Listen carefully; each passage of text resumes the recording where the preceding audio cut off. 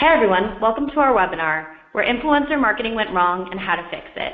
Thanks for joining us. I'm Lucia Morris, coordinator at Custom, Digiday's creative content agency. Today's webinar is presented by our partner, Experticity. Experticity is the world's largest advocacy marketing platform powered by experts. Experticity solutions connect brands with a network of more than 1 million experts, the people whose passion, experience, and knowledge make them a trusted source for advice and inspiration. These experts aren't paid ambassadors. They're vetted, authentic, trusted experts like ski instructors, personal trainers, and specialty store employees. By engaging with these experts, brands foster advocacy, boost word-of-mouth recommendations, and inspire trust. A few reminders before I introduce our presenter. A question and answer period will follow this presentation, so please stay with us until the end. Please feel free to submit questions at any time via the GoToWebinar platform. And lastly, everyone who registered for today's webinar will also receive an email with a recording of the session, so stay tuned for that. We're joined today by Kevin Knight, Experticity's CMO. Kevin Knight leads the marketing and creative services team at Experticity. Before joining Experticity, he was the global head of creative and brand strategy at Pinterest, and previously worked at the Facebook Creative Shop in New York City, where he developed some of the most successful campaigns in digital advertising. Kevin has also held marketing roles at Google and Microsoft. He earned his bachelor's degree at the University of Utah and his MBA from MIT. All right, let's get started. Kevin, take it away. All right, thank you, Lucia. Hey, everybody, it's Kevin here, and I want to talk about influencer marketing and a bit of my journey through influencer marketing, through some of the experiences that I've had at places like Facebook and Pinterest and now Experticity.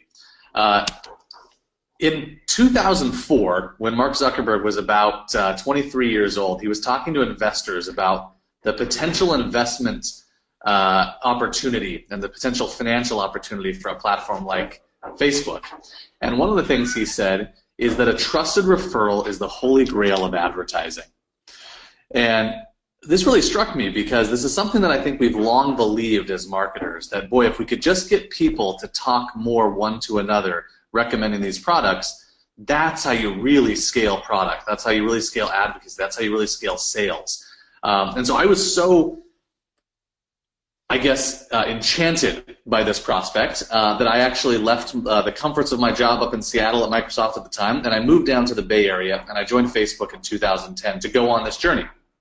And in the years that I spent at Facebook, I learned that the quest for this holy grail bore an uncanny resemblance to the quest for another, maybe even better known, quest for a holy grail. And that is, of course, our friend Indiana Jones. And just like Indiana's quest for the holy grail, the quest for the holy grail of word-of-mouth recommendations was fraught with all kinds of distractions and pitfalls and dangers and outright imposter grails. Indiana's nemesis, Donovan, was actually seduced by a literal shining object, giving us an excellent metaphor for marketing distractions. And then he, of course, shriveled up into a skeleton, terrifying 10-year-olds who were watching this movie the world over. Indiana, though, was much more successful in his quest for the Holy Grail because he understood the true source of the Grail's power. So when he saw all these shiny grails laid out on the table in front of him, he didn't immediately gravitate to the fanciest or the shiniest. He was looking for one that had specific characteristics because he understood that source of power. When he saw it, he was able to confidently declare, that's the cup of a carpenter. Now, just as Indiana was successful in figuring out which was the right Holy Grail because he understood the source of its power, if we're going to actually attain the Holy Grail of marketing, word of mouth, recommendations from trusted people, we need to understand what the real source of influence is, too. Now, to illustrate what the source of influence is, I want to share with you a couple of mildly embarrassing stories. The first comes to us from when I was 17 years old. I had just graduated from high school, and I was on a trip with my friends. I grew up in Utah, and we were on a trip to Southern California to the beach. And if you were a high school student in the 90s, you know that what I'm wearing around my neck are puka shells. Now, why a guy who lived in landlocked Utah was wearing puka shells is kind of beyond me. And as I look back on it, The only reason I can say that I was wearing a puka shell necklace that day, and unfortunately many other days of high school, is simply because the cool kids in my high school wore puka shells. And what's interesting is they clearly influenced my purchase of many a puka shell necklace, but they never sat me down and like talked to it as if it was an objective decision. They were never like, hey, Kevin, if you're going to get a shell necklace, you got to go with the puka shell. It's the strongest. It's the most durable. It has magnetic powers over girls. There was no conversation like that. They didn't convince me to buy puka shells. They just wore them. And they were the cool kids, and I wanted to be like them, and so I wore puka shells. And so an answer of the question, did they influence me? Absolutely. But going a layer deeper, what was the source of their influence? Inspiration.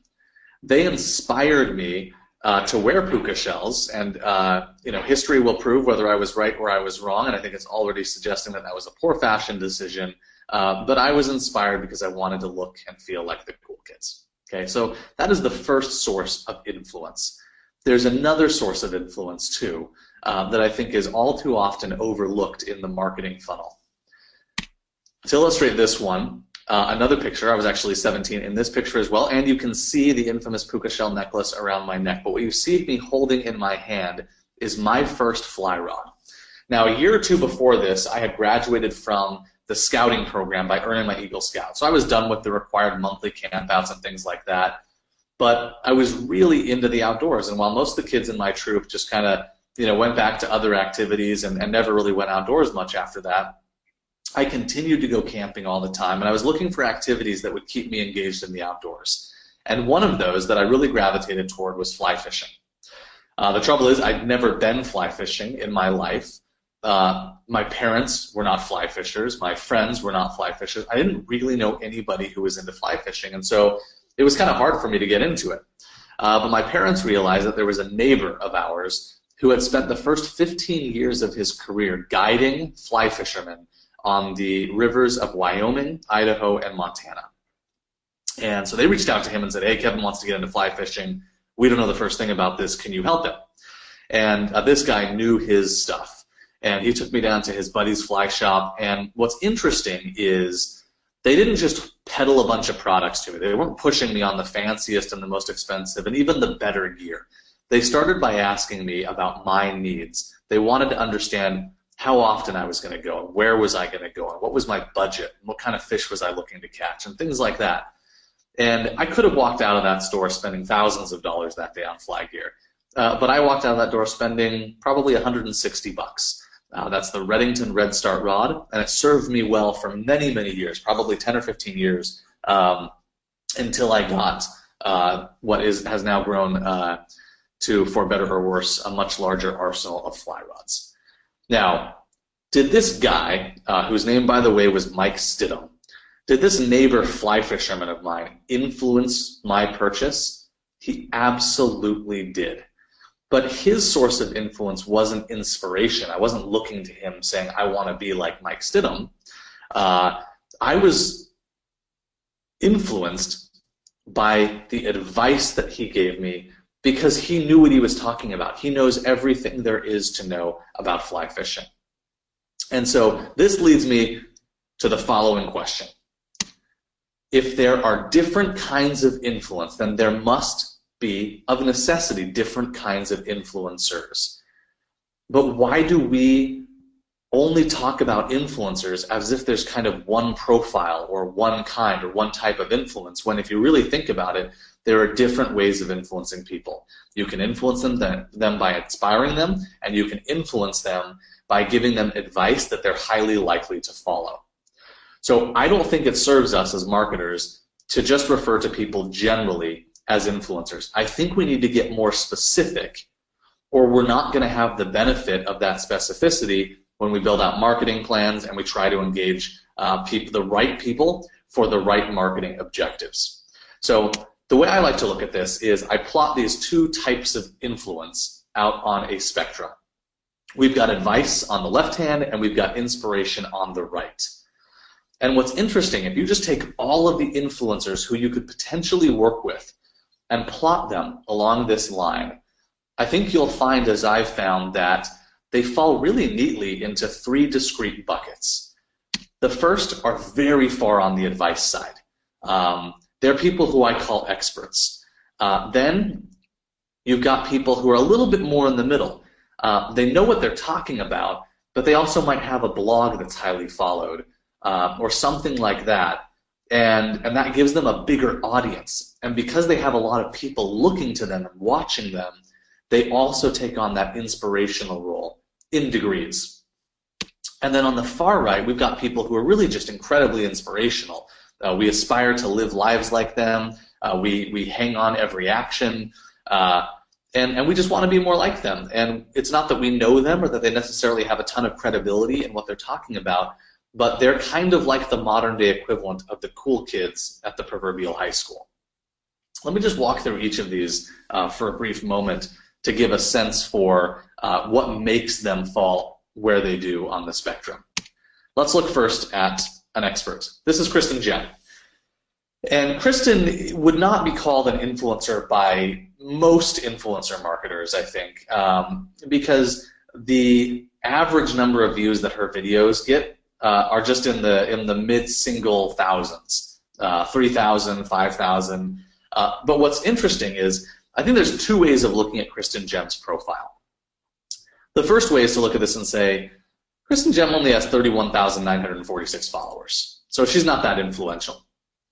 The other way of looking at this, especially if you look at this through the lens of her being having advice and having a lot of credibility versus being tremendously inspirational, is to say there are thousands of people who every single week look to Kristen Jem for advice on what makeup products to buy, what makeup techniques to try, and how to make themselves look and feel better. That's an incredible amount of influence that she wields, and she wields it over thousands of people. But we're kind of blinded to that reality by the multi-million person followers that tend to reside at the upper end of the spectrum of influence. So that's Kristen. She's an expert. She knows everything there is to know about makeup. Let's talk about a publisher. This is Gabrielle Blair, aka Design Mom. Now, Gabby has 6 kids and is a professional designer, so she knows a lot about how to have a wonderful home and raise kids and come up with fun activities. And she's always been kind of an expert designer and an expert mother, but a few years ago she started a blog, and that blog has given her a platform to expand and broaden her voice. And today, she has so many readers of this blog that she's able to monetize it, and this is her job. You can see here on this screenshot from the Design Mom blog that she monetizes the site in 2 ways. First, you've got these banner ads, like the Walt Disney World banner ad across the top, straight up traditional advertising. And on the bottom, on the left-hand side there, Reclaim Those Memories, you've got a partnership that she did with a brand called Legacy Box that digitizes family photos, and she does partnerships like these regularly. And so this has become kind of her job, and there are many people who look to her for both advice and inspiration. And the size of her audience makes her increasingly a source of inspiration as she begins to set trends within parenting, motherhood, and things like that. Now finally, let's move all the way to the end of the spectrum, most closely to inspiration. And here we have as our archetype tastemaker, Amber Fillerup Clark, aka Barefoot Blonde. Now, Amber was recently profiled by the Atlantic magazine. They speculated that she makes between $1 and $3 million a year promoting brands, primarily on Instagram, where she has 1.3 million followers. And if you look at the content here from Amber, this is, I think, what we most commonly associate with influencer content. It's very beautiful. It's very stylized and inspirational. You know, they look candid, but anybody who's tried to make pictures like that knows that there's a B-roll of hundreds and hundreds of pictures for each of these ones that make it into Instagram, because this is really the highlight reel, not just of Amber's life, but of an entire lifestyle. And what's interesting about Amber is that while she has an enormous number of followers today and is one of the most sought-out voices of influence in fashion and lifestyle, she actually began, as many influencers do, on the expert side of the spectrum. In fact, when Amber started college, a lot of people noticed that Amber had really cool hair braids, and they were constantly asking her for advice on how to make their hair look great. And so rather than just show everyone how to do braids in real time, which doesn't scale very well, she set up a YouTube channel. And today it has 231,000 followers. But back then it was a very, very modest thing. She would just do these and she could point people to these hair braid tutorials. Okay. Now, over time, she became a publisher. She saw that there was, in fact, demand for her content, and so she created a platform upon which she could expand her audience and begin to make money. And that is the Barefoot Blonde website and blog. And it's full of hair tutorials. That's what she's famous for. But it also has become a fashion and a beauty and a lifestyle destination, as you see in the nav bar above. She's even launched her own line of hair extensions. And today, most of what people will experience from Amber Philip is going to be on places like Instagram, where she has, again, more than 1 million followers. This is a representative post from Amber that she would do in partnership with a brand. Berry print combo, more of my favorites from J. Crew on my blog today. Hashtag J. Crew always. Hashtag sponsored. Now, the first question that I think we should ask ourselves as marketers is, do we think that this kind of content drives sales? Because that's what marketers do, right? We're trying to grow businesses. Now, I would say unequivocally that the answer to that question is yes. I absolutely believe that this post drove sales. Now, why did it drive sales? Was it because of something closer to inspiration? Or was it because was it more closely related to the advice that Amber was giving? And in this case, it's clearly inspiration. And so while I believe it's true that this drove sales of the berry print combo bathing suit at J. Crew, I also believe that it drove sales of bathing suits in similar styles across every single store that sells them. Old Navy, Target, Nordstrom, tons of different brands that might have just a fun bathing suit like this probably saw sales because Amber inspired a lot of people to maybe go consider getting a new fun print bathing suit. And that's what happens when you influence people on the inspiration side of the equation. You're appealing to these subjective decisions that they're making, where they're trying to look and feel a certain way. And again, it's very similar to the type of influence that we see happening in the halls of high schools the world over every single day. So, recapping here, we've got 3 kinds of influencers. And I would suggest that we would all benefit from actually referring to influencers with this degree of specificity. If you're running a certain marketing campaign with an influencer, have you got a roster of experts, publishers, tastemakers, all 3? Understanding that will understand what you're likely to be able to get from these people against your own marketing objectives. Let me illustrate this by just drawing this exact same line, advice and inspiration, vertically. Now let's layer up against this the traditional marketing funnel: awareness, consideration, and then intent to purchase. People who have a lot of followers, who tend to be the tastemakers of today's society, who inspire us to want to look and act and feel and eat a certain way, they are excellent sources of awareness. But the further we get down the funnel, the closer we get to actually making a purchase, especially if it's a considered purchase and not just an impulse buy, the more we rely on and are likely to be influenced by the people whose advice we trust. And those people know what they're talking about. Now, I think this makes sense. I think there are influencers that can drive success against marketing objectives all the way along the funnel. But today, almost everything I see pointed to as an example of influencer marketing is about people who have a lot of followers, who are very inspirational, who are kind of in the lifestyle space, and that lends itself really just to awareness. So how did we go from saying, kind of in the Malcolm Gladwell tipping point days of there are these mavens who know more about something and so they influence people because they know everything about it. How did we go from there to influence being synonymous with reach and followers and by extension being associated almost exclusively with the awareness stage of the marketing funnel. How did we get here?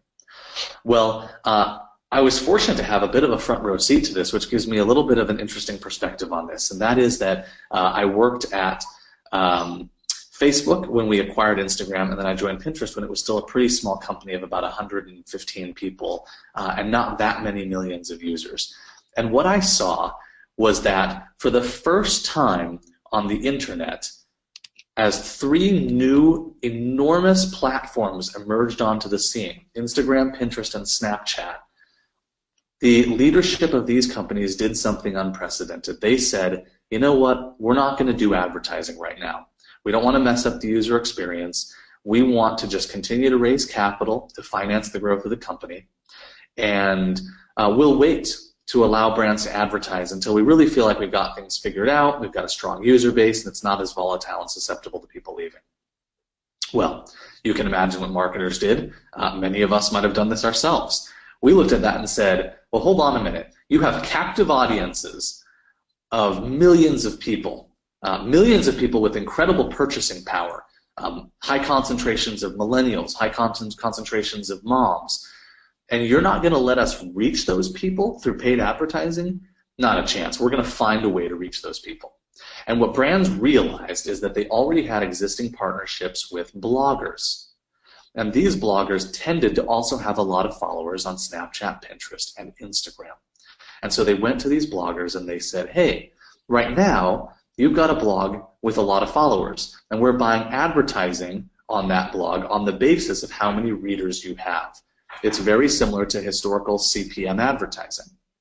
And they said, hey, we noticed that you've got a ton of followers on Pinterest or Instagram, and we'd like to pay you on the same basis. You've got X number of followers, so we'll pay you on a per follower or per mil basis. And thus, influencer marketing rounded a very pivotal corner and became a reach marketing play that was bought and sold on the basis of the size of the audience, just like traditional reach-based advertising. Now, I'd like to offer at this point, if influencer marketing is about reach, then I would submit that expert-powered marketing on that advice side of the spectrum is about trust. And what I'd like to do as an industry, and what I'm hoping that this webinar can begin to do for us as an industry, is to elevate the conversation around influencer marketing before this enormous line of lemmings just following the pack on reach-based influencer marketing ends up at the bottom of a cliff. And I'd like to do that by sharing a series of provocative statements. You might agree with them, and that would be wonderful if you did. Excuse me. But if you don't agree with them, that's fine too. I hope we can just elevate the conversation around influencer marketing on channels like Digiday and channels like LinkedIn and Twitter and conferences and meetings and in our own budget planning. Because if we don't, influencer marketing is going to continue in its current trend of reach-based marketing, and I believe it's going to crumble for reasons that we're all familiar with, like inauthenticity and artificial, pretended posts and things like that. So, with that as context, provocative statement number 1 is that experts are more influential than sponsored athletes or ambassadors. Now, why do I say that? Because if you look at an expert is someone who has passion, experience, and knowledge, way more than the average person. That makes them a trusted source of 2 things, advice and inspiration. Advice because let's say it's a yoga instructor. Well, we look to yoga instructors for advice on yoga gear and yoga technique and yoga studios and so on. But if you follow a yoga instructor on someplace like, let's say, Instagram, you're also probably inspired at their lifestyle and how often they engage in yoga, and it inspires you to want to do more yoga yourself. And so when you focus on people like this, experts, one of the nice things about it is you can actually vet them. They have credentials like, are they a yoga instructor? They're authentic people because they're actually passionate about the individual interest that they're talking about. And they're trusted by consumers because they have that right balance of passion, experience, and knowledge. So I would encourage you, and I'm not saying don't do the high-reach people. As I said with Amber Phillip Clark, I'm absolutely confident that that sold bathing suits. But don't neglect the bottom of the funnel. I would encourage you to try to identify for your brand and your products who are the experts out there who have that right combination of passion, experience, and knowledge that make them a trusted source of advice and inspiration, but particularly advice for your consumers. Okay? Next provocative statement. Organic content is more powerful than organic reach. What do I mean by that? Well, we know as marketers that a lot of people don't like advertising. We know that advertising is less trusted than it's ever been before. We know that people are evading it through ad blocking and skipping and things like that. And it makes it harder for us to deliver the messages that we need to deliver as marketers. Now, there's a couple of ways to approach solving this problem. The predominant one being practiced today is to say, let's find somebody who is an influencer. And unfortunately, what we generally mean when we say an influencer is somebody who has a lot of followers. And we say, we've got a message that we need to get out there in order to influence what people buy. Let's distribute that message through an influencer. And we'll pay that influencer, of course, on the basis of the reach that they've attained. We'll buy it the same way we buy CPM ads and banner ads and Facebook ads and you name it. And to a certain degree, that may work. The problem is, this assumes that the primary reason that people are frustrated with advertising is the mechanism by which it is delivered. That is to say, what people hate about advertising is that it is delivered through targeted ad pipelines.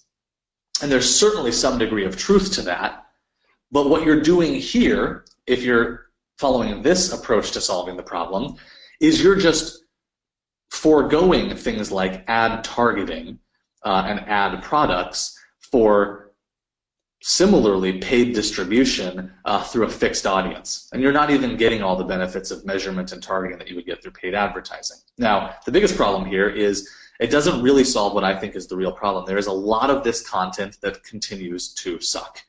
And I think it is content that is why people hate advertising today. It's not that they aren't willing to put up with some ads. They've shown over and over again that they are absolutely willing to put up with some ads in exchange for having great experiences online and on television, etc., that are free. So I would suggest an alternative way of solving for this problem of people not liking and actively trying to avoid ads. Rather than start with an influencer, start with your brand. Your brand has probably spent decades and probably millions of dollars building a marketing infrastructure that includes paid, owned, and earned channels that have built for your brand an audience of millions of people. You have an audience. You already have reach. The only people who have reach across every single platform are brands. The problem is when you put out your branded content, it's oftentimes not well received. And again, I think that's because of the content, not the distribution mechanism. So rather than just starting with the brand and shouting with your megaphone about how wonderful your products are and how wonderful your brand is, why don't you then go find somebody who your consumer turns to for advice and inspiration? Find somebody who has credibility and expertise, who has authenticity, and don't worry about how many followers they have because you have the followers. Rather, look for stories. Look for people who have compelling, authentic, and trusted, credible stories, and tell those stories through your marketing, and I think you'll find that the problem solves itself. Let me show you an example of that. This is a Instagram post, a recent Instagram post from Filson. Filson is a kind of an outfitter. They make outdoor gear, outdoor clothing, coats and jackets and bags, a lot of leather goods. They were set up 120 years ago in Seattle to outfit expeditioners who are on their way up into Alaska. So this is a brand that has incredible heritage. And I think this content from Filson is incredible. The backstory on this content is that Filson hired a photographer named Forrest Woodward to go to a ranch called Zapata Ranch on the eastern slope of the Colorado Rockies and capture through photos and video the people who live and work on that ranch. Now, how many people do those people, or how many followers do those people have? It doesn't matter, because Filson wasn't looking at this as a traditional influencer marketing play. They were looking at this as a content play, and they wanted to tell the stories of authentic, incredibly inspiring people who use their products. And you end up with images like this that are just incredible. And here's another one. And these are, of course, all being distributed in Filson's paid, owned, and earned channels, which leads us to provocative statement number 3. If user content, and here I won't say user-generated content, because some of the best content, like the photos I just showed you, are not taken by the users themselves. Rather, the user is the subject of the content, not the generator of it. So if user content is so compelling, it belongs everywhere, not just on Instagram. Does this image look familiar? This is that same Instagram photo taken by that same photographer, Forrest Woodward, and distributed on that same Filson brand Instagram channel. It also showed up as the cover photo on the Filson catalog for the fall season. When you go inside the catalog, you find incredible products like these tin cloth pants, and then more photos from the ranch that show real, authentic, credible people. For crying out loud, that guy is a professional cattle herder wearing those pants and that jacket. And that is incredible marketing content. And if this had begun as simply something that was looking for people that had a lot of Instagram followers, this campaign would never have been done. But as it stands, it did get done. And not only did it live in the catalog and on Instagram, but it became the fixture of their email marketing strategy. This is an email I got about a week ago. And when I click through on this email, I go to the Filson webpage. And when I start looking for products for my wife on Filson's website, I see that there's the rancher who is the subject of the previous photo, a guy named Duke Phillips III. That middle bottom woman is his wife. And the top woman is one of the people who work on the ranch. They've integrated this into the very e-commerce experience, and it is relatable, and it is compelling, and it is powerful. And it starts with content. It doesn't start with followers. About a month ago, I was up in Seattle at the Filson headquarters, and this projector was playing actual video scenes from the ranch. And it's just incredible how they've been able to pull this content into every single consumer touch point.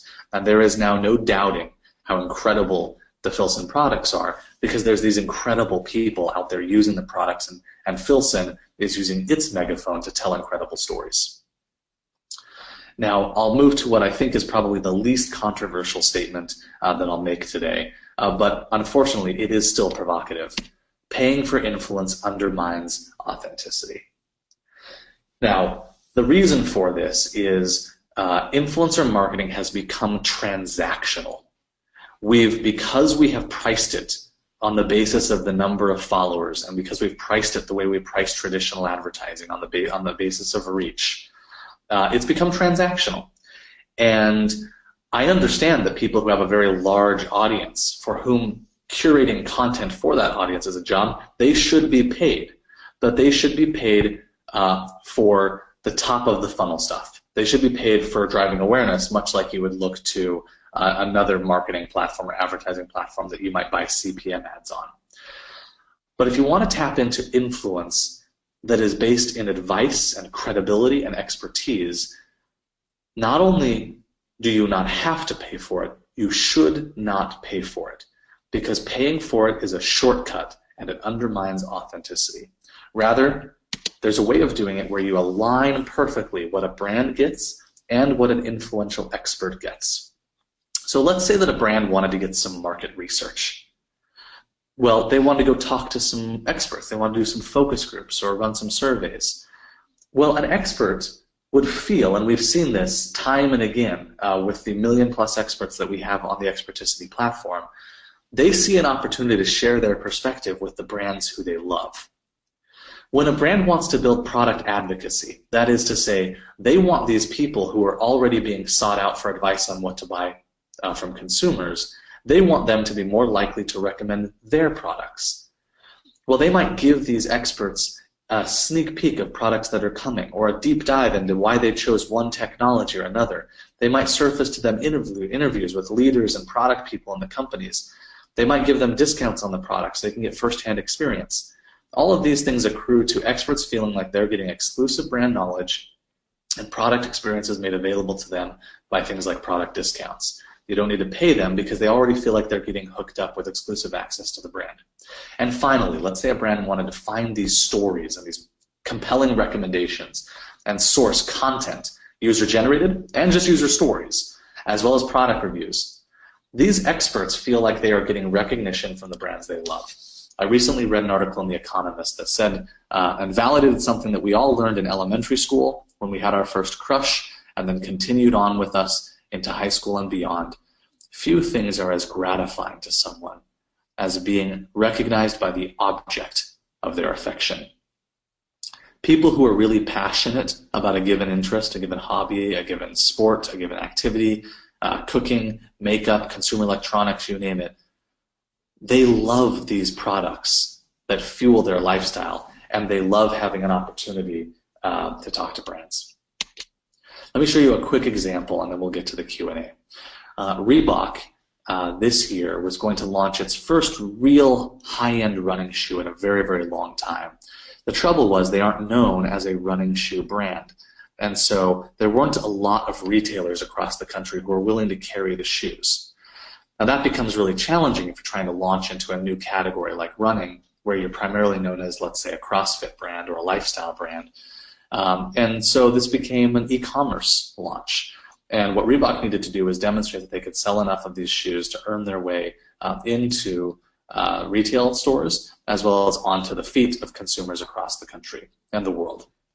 Now, the first thing they wanted to do was identify who are the people who consumers will trust for advice on running shoes, because we can't boil the ocean here. We can't make everyone think of us as a running company. But if we can find the people who consumers turn to, and we can convince them that we make a great running shoe, then we're off to the races.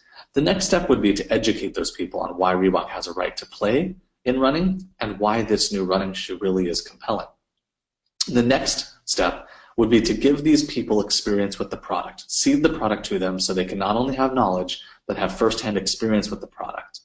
Then empower them to share their stories and their experiences as you build up to a consumer product launch, and then amplify the voices of these trusted experts. They used a series of products that Experticity makes available to do this, but what's more important is the strategy here and the way they didn't let an influencer marketing strategy that is generally dominated by the top of the funnel and people with a lot of followers distract them from the real goals of this launch, which were to convince people to buy running shoes. First step, identify the experts. People like TJ Haney, who works at a running shop called Jackrabbit and coaches a youth development program. People like Katie Michno, who's the daughter of an Olympian, grew up running. She works at the New York Roadrunner and Brooklyn Running Company. And people like Julie Hendrickson, who runs a Facebook group for moms who want to use running to be active and fit. There's thousands of women in it, and Julie inspires them every day to get out there and go on their run.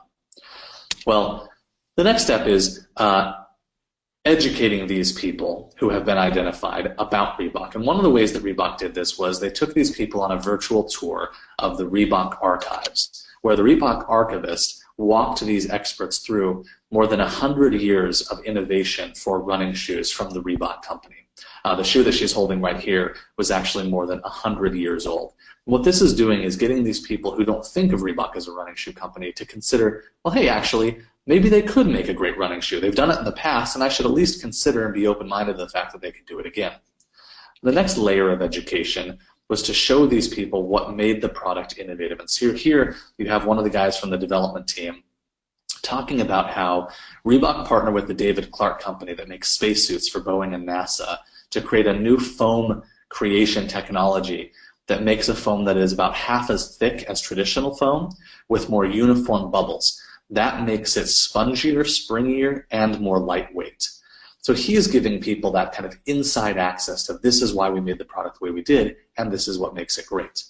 The next step was to get these people shoes. Reebok seeded the product to a little over 1,000 of these people, and there was no quid pro quo. There was no, hey, we're going to hook you up with the shoe, but you've got to post about it, or you have to do this, or you have to do that. No. These people were given the shoes because they're the people who consumers trust for advice on what running shoes to buy. Reebok did ask them for 3 things, but they were not required. Number 1, please give us your honest feedback on the shoe. we're committed to running, and if there's things you don't like about it, let us know so we can improve it on future versions. Number two, as you're out there trying out these shoes, take some pictures, and maybe we'll feature you in our marketing for this shoe launch, which would be fun because you get to be recognized and shown a spotlight from a brand that you love. And finally, please fill out a product review. And we'll put those on our website, and they'll be helpful to people who are trying to figure out whether this is the right shoe for them to buy for their running and their uses. So when Reebok launched the product to consumers in April of this year, they had about 800 pieces of user-generated content sourced from these trusted, credible, and relatable experts. And that really reduced the hurdle for people to buy this product online because they could see that there were other people out there who were relatable and trustworthy using the product. Now, as people got closer and closer to pulling the trigger on a $150 shoe purchase, they needed that extra reassurance that only an expert, someone who's truly expert and experienced and an authority on a given topic can give them. And that's where the product reviews came into play. There were more than 500 trusted product reviews that Reebok had sourced from our experts by the time they launched this in April. And you can see here they were labeled by things like fitness instructor and avid runner that would give some context to the consumer of why this person is a trusted expert and their review should be trusted. Now, the real question here is, did it work? Well, within 3 months of the launch, the Reebok Float Ride running shoe became the #1 top-rated product on Reebok.com and the #4 best-selling product. That's really, really compelling. Now, let's go back to Marketing 101. We know that there is a marketing funnel, and we have incredibly sophisticated technology that's been developed over the last few years to take consumers by the hand and lead them through every stage of the marketing funnel so that we can hopefully drive them to that all-important purchase. We also know, if we think back to Marketing 101, that some of those people who purchase become loyal consumers of ours, and some of those become advocates. Every single brand has advocates. But advocates tend to be relatively small and impossible to leverage nebulous groups of people, and there has never been much technology developed to manage advocates the way that we manage prospects, prospective consumers. And that's what Experticity is trying to do. So just to illustrate how this works, we take somebody like Katie Michno, one of those running experts who Reebok sought out for the Float Ride launch. Research shows, and we partnered up with the Wharton School to do a bunch of research into this, that these people are having 15 times more, making 15 times more product recommendations than the average consumer. That's because they're experts in the space, and people know that. Either they work at a specialty shop, or they work at REI, or they work at Best Buy, or they're a ski instructor, or they are a fitness coach or a personal trainer. People know that these people spend their livelihoods in these spaces, that they actively seek them out for advice on what to buy. 15 times more than the average person. When brands put really interesting content, like the stuff I showed you from Reebok, in front of them, we find that these experts, without with no monetary compensation, they will spend 17 minutes on average engaging with a given brand's content, and that makes them more likely to recommend those products. This isn't any kind of voodoo magic. It's just if you make good products and you take the time to give experts exposure to those products and walk them through what makes them so great, these experts are going to be more likely to recommend them simply because in a sea of way too many product choices, they now understand what makes your product compelling. And certainly that's what happened with the Float Ride launch for Reebok. So these experts become 4 times more likely to recommend. Now, ultimately, what we care about is, do the consumers buy it? So we partnered with Jonah Berger at the Wharton School. He wrote Contagious, and we did a bunch of follow-up research on consumers. Well, okay, great. It's wonderful that we can find experts who consumers trust, and it's even better that we can make them more likely to recommend these products by educating them and giving them experience with the products. But do consumers really then go buy what these experts recommend? Yes. 82% of consumers told Jonah Berger and the Wharton team that they saw the recommendation from an expert as something they would be highly likely to follow. So I'm hoping that we can elevate the dialogue around influencer marketing. I'm hoping that we can challenge our assumptions that influence starts with reach and that influence starts with inspiration, when in fact I think the biggest driver of influence is advice that we follow from people we trust every single day. So lots of options ahead of us, and I hope there's lots of discussion on this to follow. But I will close with words from a knight wiser than myself, who told an Indiana Jones, "You must choose, but choose wisely." And if we don't choose wisely, then we're going to see ourselves adulterate the notion of influencer marketing to the point where it doesn't mean anything anymore, and we will have lost out on one of the most effective marketing channels that we could possibly have, which I believe is the holy grail of marketing. Now with that, we've got about 10 minutes for questions if anybody has any. Awesome. Thank you so much, Kevin, for such a great presentation. Love the puka shell necklace. Just a reminder for all of our attendees, the full recording for the webinar will be made available to you in a follow-up email. And now we're moving on to the question and answer portion of the webinar. You can submit questions at any time through the GoToWebinar platform. Our first audience question is, how do you see influencer marketing fitting into a marketer's mix? And how do you track its efficacy? Well, I think one of the most exciting developments in marketing over the last 5 or 10 years is that technology is now making it possible for us to market through people, which in the past, we've always longed for word-of-mouth recommendations, for example, but it's been impossible to engineer that. And so I guess the first part of my response to that would be, I'm thrilled that it is being part of a marketing mix, that influencer marketing or marketing through people or advocacy marketing is actually something that we treat as a formal marketing discipline. And I think that as people begin to, or as people continue to push back against advertising, as it becomes harder and harder for brands to reach people through the traditional means that they have, then reaching consumers through trusted people and influencers is going to be more important than ever before. And so what I would do is I would say, begin with your marketing funnel. Begin with your objective. If you're looking to drive awareness of a new product launch, then you probably want to have some people who do have a lot of followers. Or you can find some people who have really incredible stories, and you can use your followers to tell their stories. And then you need to understand what you need to get done at the next step of the funnel. Is it like Reebok, where you can drive awareness, that's no problem, but you need people to really know that this is something that's worth $150, and since they can't try it on because it's primarily being sold online, you need to find people who can try it on and try it and then vouch for it. Well, then that becomes part of your consideration strategy for the product launch. In terms of how you measure it, of course, everything that a marketer does accrues to ROI. But along that path, we have KPIs. And I think you need to have KPIs for this as well. And those KPIs should not be reach-based. It should be, reach might be one of them, but you got to understand, I think, first and foremost, who are the people who are influencing your consumers? And then the number one thing that I would use to measure and track the efficacy of this is, how successful are you in influencing the influencer? Because you're never going to be able to track the second order conversion of everybody who ends up buying something at the recommendation of an influencer. But if you can measure your ability to make influencers more likely to talk about you, or more likely to recommend you, or more likely to use your products themselves, then you know that the people who they influence are going to be influenced, and you know that it's going to scale out from there.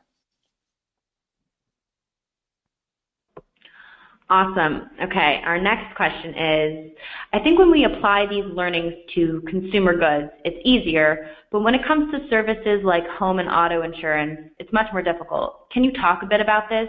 Especially when the type of service, insurance, is utilized at the back end of a terrible experience for them, the customer. Yeah, I love this question because that's right. I think this is, we spend so much time talking about this, myself included, in the space of consumer goods. Sorry, I tapped my screen there. Well, that's fine.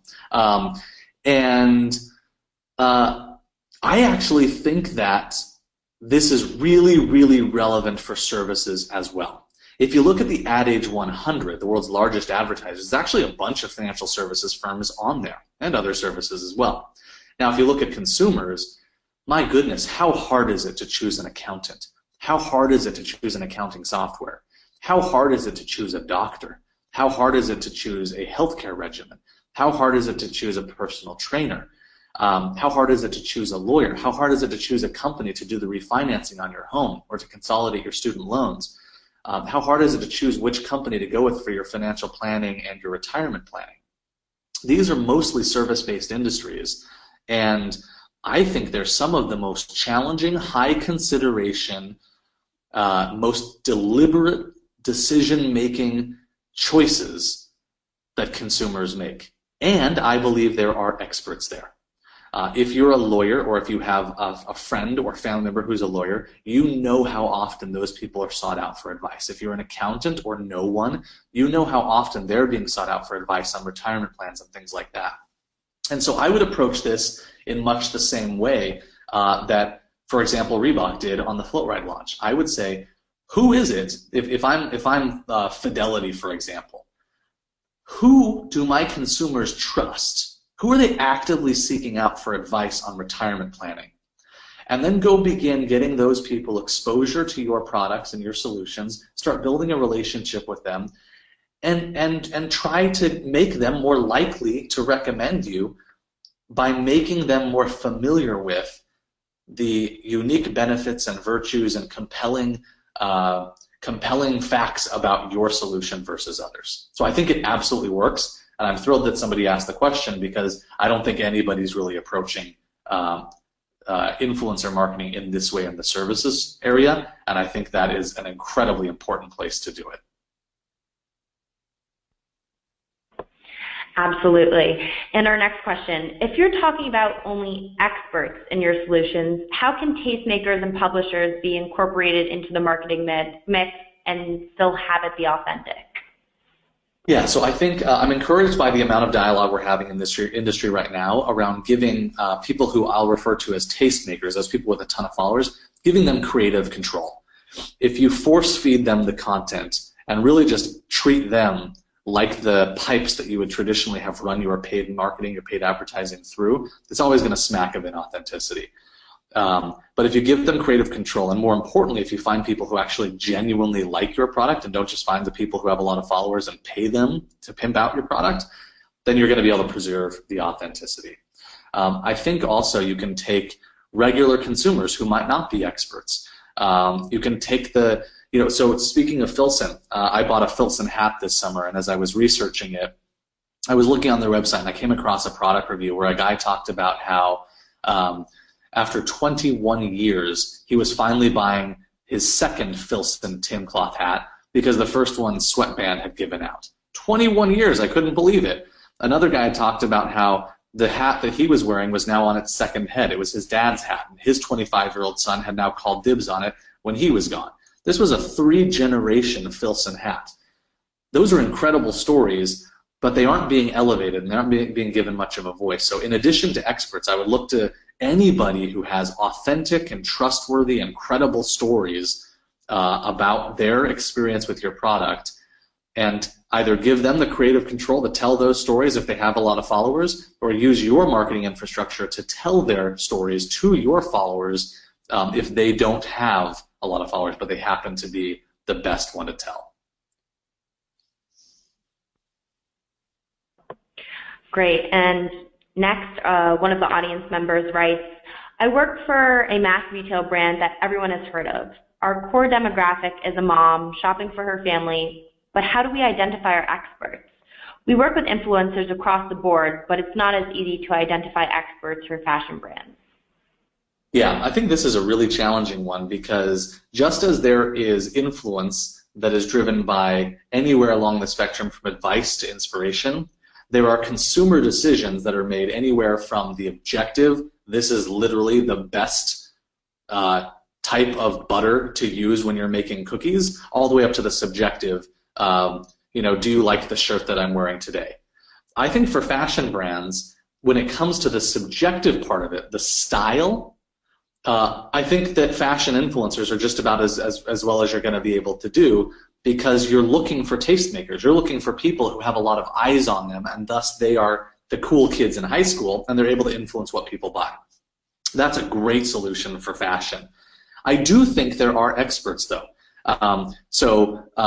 If it's the brand that I think it is, they also sell to children, for example. They sell children's clothes. And so here you might say, who are the moms out there who are just like those moms whose kids are out there doing everything that moms are supposed to get their kids doing? They're out there playing sports, and they're healthy, and they're active, and so you might start to talk about the durability of clothes for children, or you might start to talk about why you might find a trusted mom who maybe doesn't have that many followers but has an incredible story to tell, and she likes buying her clothes from this place because if a kid messes them up, it's not so expensive that she's lost a lot of money, right? It's not such a big deal. Or she likes that she can now afford, or she likes that she can now, the materials are designed for moms so they can play with their kids on the floor and they can get down and they don't just look good, but they have a functional purpose too. As much as you can bring that function into the decision-making journey, you get closer and closer to the place where there is actually an objectively right answer as to why one product might be better than another. And that's where the voice of an expert is going to become helpful and important for consumers making decisions. On to the next one. The pricing model for influencer marketing seems to be solely based on reach. If you're saying reach shouldn't be the target, what would pricing be based on? Yeah, I think this gets back to what I think was the second question on how should you fold this into your marketing mix. I think you need to look at what are your objectives, where do they fall along the funnel, and what are your KPIs for those objectives. If your KPI is to drive consideration and you know that consumers are looking to these experts for advice on what to buy, then you should be paying for it on the basis of engagement. If after they engage with your brand, they're more likely to recommend it, then you should pay for it that way. If you're looking to source content that you can use in your broader marketing strategy, then you should be paying for the content because that's what you're getting. I'm a firm believer that you should pay for what you get. And if you're paying for awareness, then CPM and reach is an absolutely appropriate way to charge for it because that's what you're doing. You're paying to reach a bunch of people. But as you get further and further down the funnel, you've got to get more and more specific around how you pay for it and how you measure it. And I think that things like likelihood to recommend, net promoter score, and content and volume of content and things like that become really reasonable ways of buying it as you get further down the funnel. If influencers can graduate from an expert to a publisher to a tastemaker, how does a marketer adjust their approach with these people over time? I think Amber Fillerup is a really good example of this, and it just means that, again, get back to your marketing objective. If you're a shampoo brand, then you might want to tap into Amber Fillerup Clark not only for her reach, but also because she is actually an expert in hair care. If you are a fashion brand, especially a subjective, like a fast fashion brand, where your value proposition is primarily anchored in style versus, say, quality and workmanship and materials and things like that, and functionality, then you would be looking at Amber Fillerup Clark on the basis of her ability to convince people what to buy and what to wear because she's a cool kid. And so as these, and there's also very, very few of them. There's orders of magnitude more experts than there are tastemakers. But a brand may be able to find both. And I would encourage brands, even if you are going to do something at the top of the funnel exclusively, just with a tastemaker, try and find somebody who does have some expertise. Most of them did begin with expertise in something. And if you can find an influencer or a tastemaker who has expertise in a space that's relevant to your brand, I think you're going to find that you not only get your reach, but you get a heavy dose of credibility and advice as well. And that'll certainly drive sales. And on that note, we're out of time. Thanks again to Kevin and, of course, our partner, Experticity. And thank you all for joining us today. We hope you learned something. Please keep an eye out on your inboxes for the recording where you can watch this webinar on demand. Enjoy the rest of your day. Thanks, everyone.